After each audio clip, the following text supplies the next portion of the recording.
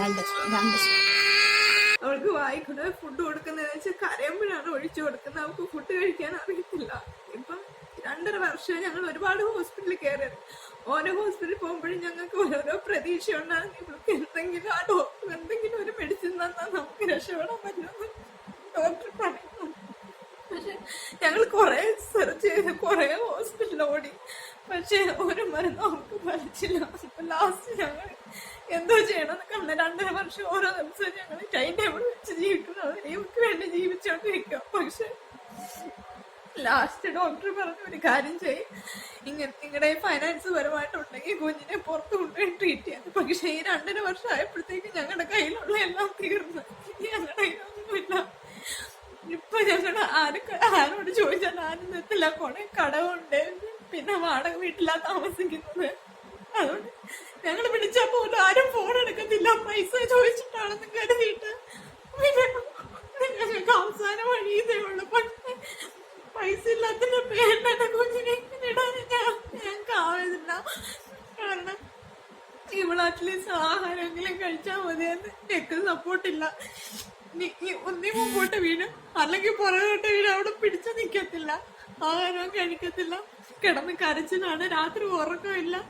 2.5 വർഷത്തോളം ഇപ്പൊ നന്നായിട്ടാണ് ഉറങ്ങിയിട്ട്. പക്ഷെ ഇപ്പൊ ഡോക്ടർ ദൈവം പറഞ്ഞ മാതിരി ഒരു ചാൻസ് ഞങ്ങൾക്ക് തന്നപ്പോ ഞങ്ങളുടെ കയ്യിൽ പൈസ ഇല്ല. പക്ഷെ നിങ്ങൾക്ക് ഇത് കേൾക്കുന്ന എല്ലാവർക്കും ഞങ്ങളെ ഹെൽപ്പ് ചെയ്യാൻ സാധിക്കും. എങ്ങനെയെങ്കിലും എന്റെ കുഞ്ഞിനെ ഹെൽപ്പ് ചെയ്യണം.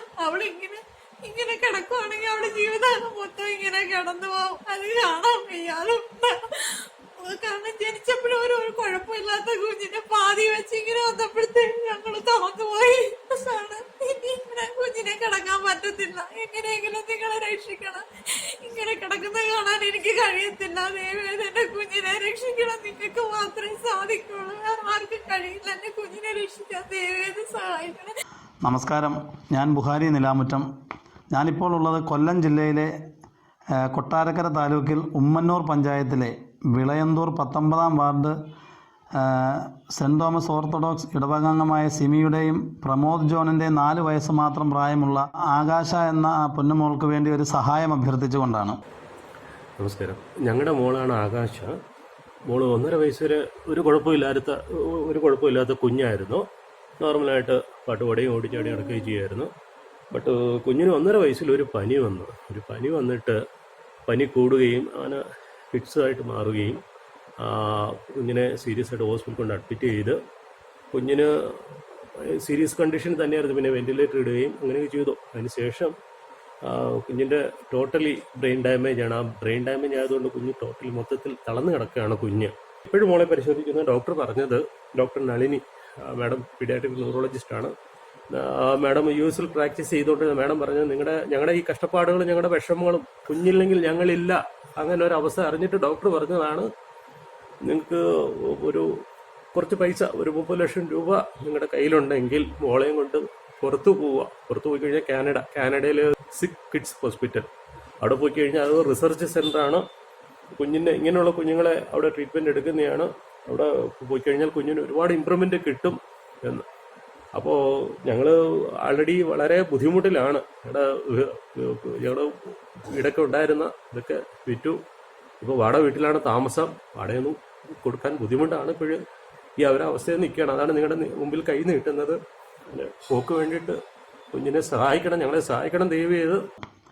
കഴിഞ്ഞ കുറേ വർഷങ്ങളായി ബാംഗ്ലൂരിൽ നല്ല നിലയിൽ ജോലി ചെയ്ത് വളരെ അഭിമാനത്തോടു കൂടി തന്നെ കുടുംബം പോറ്റുകയായിരുന്നു പ്രമോദ് ജോണും കുടുംബവും. കഴിഞ്ഞ 2.5 വർഷക്കാലം ചികിത്സ നടത്തി ഇവർ ഇത്രയും നാൾ സമ്പാദിച്ചതെല്ലാം തീർന്ന അടിസ്ഥാനത്തിൽ ഇപ്പോൾ അവരുടെ കയ്യിൽ ഈ കുഞ്ഞിനെ വിദേശത്ത് കൊണ്ടുപോയി ചികിത്സിപ്പിക്കാൻ ഒരു രീതിയിലും പറ്റാത്ത സാഹചര്യമുള്ളത് കൊണ്ടാണ് ഈ വീഡിയോ നിങ്ങളിലേക്ക് ഷെയർ ചെയ്യുന്നത്. ഈ കുഞ്ഞ് ജീവിതത്തിലേക്ക് നടന്നു വരാൻ വേണ്ടി വളരെ പ്രാർത്ഥനയോടെയാണ് ഈ നാടും കുടുംബവും വീട്ടുകാരും എല്ലാവരും കാത്തിരിക്കുന്നത്. അവരുടെ ബന്ധുക്കളും നാട്ടുകാരുമെല്ലാം അവരവരാൽ കഴിയുന്ന സഹായം ചെയ്തു എങ്കിൽ തന്നെയും ഇതൊരു ഭീമമായ തുകയായതുകൊണ്ട് അവരെല്ലാം നിസ്സഹായകരാണ്. ആകാശയുടെ മാതാവ് സിമി വിളയന്തൂർ സെൻറ് തോമസ് ഓർത്തഡോക്സ് ഇടവകയിൽപ്പെട്ട ആളാണ്. അതുകൊണ്ട് തന്നെ ഈ കുഞ്ഞുമായി ബാംഗ്ലൂരിൽ നിന്ന് അവർ നാട്ടിലേക്ക് വരുന്ന അവസരങ്ങളിലൊക്കെ ദേവാലയത്തിൽ ആരാധനയിൽ സംബന്ധിക്കുവാനായിട്ട് ഇവർ കടന്നു വരുമായിരുന്നു. ഏതാണ്ട് 1.5 വയസ്സ് വരെ വളരെ ആക്റ്റീവായിട്ട് ഓടിച്ചാടി കളിച്ച് നടന്നിരുന്ന കുഞ്ഞ് പെട്ടെന്നാണ് ഈ അവസ്ഥയിലേക്ക് മാറ്റപ്പെടുന്നത്.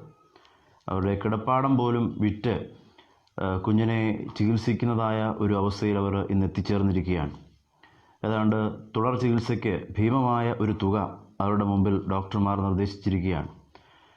ചികിത്സ സാധ്യമായാൽ കുഞ്ഞ് ഏതാണ്ട് പരിപൂർണമായും പഴയ അവസ്ഥയിലേക്ക് മാറ്റപ്പെടും എന്നാണ് ഡോക്ടർമാർ പറയുന്നത്. ഈ വീഡിയോ കാണുന്ന നിങ്ങൾ തീർച്ചയായിട്ടും ഇത് ഒരു വലിയ കാര്യമായി തന്നെ കണക്കിലെടുത്ത് കുഞ്ഞിനെ സഹായിക്കുവാൻ മുന്നോട്ട് വരണമേ എന്ന് ഏറെ സ്നേഹത്തോടെ നിങ്ങളോട് അഭ്യർത്ഥിക്കുകയാണ്.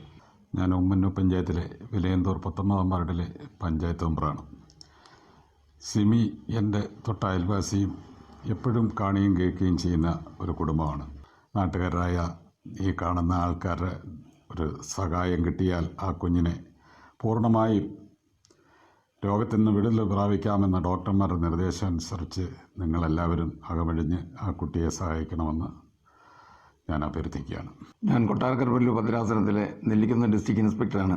ഈ വീഡിയോ കാണുന്ന എല്ലാവരും കുഞ്ഞിൻ്റെ തുടർ ചികിത്സയ്ക്ക് വേണ്ടുന്ന എല്ലാ സഹായങ്ങളും ചെയ്യണമെന്ന് അപേക്ഷിക്കുന്നു. നമ്മൾ ആലോചിക്കണം, 1.5 വയസ്സ് വരെ വളരെ സന്തോഷത്തോടു കൂടി തന്നെ കളിച്ച് പാട്ടുപാടി നടന്നൊരു പൊന്നുമോള് പെട്ടെന്നൊരു സുപ്രഭാതത്തിൽ ഇങ്ങനൊരു അസുഖം വരികയും തളർന്ന രീതിയിലാണ് കിടക്കുന്നത്. ആകാശമോളുടെ പേരിൽ ഒരു അക്കൗണ്ട് തുറന്നിട്ടുണ്ട്. ആ അക്കൗണ്ട് നമ്പറും ഈ വീഡിയോടൊപ്പം വെക്കുന്നുണ്ട്. അതുകൊണ്ട് തന്നെ നിങ്ങളാൽ കഴിയുന്നത്, ഈ കുഞ്ഞ് ജീവിതത്തിലേക്ക് തിരിച്ചു വരാൻ നിങ്ങളാൽ കഴിയുന്ന ചെറുപ്പ വലുപ്പം നോക്കാതെ നിങ്ങൾ സഹായിക്കണമെന്ന് മാത്രമാണ് അഭ്യർത്ഥിക്കുന്നത്. നിർത്തുന്നു. നന്ദി, നമസ്കാരം. അസ്സലാമു അലൈക്കും വറഹ്മത്തുള്ളാഹി.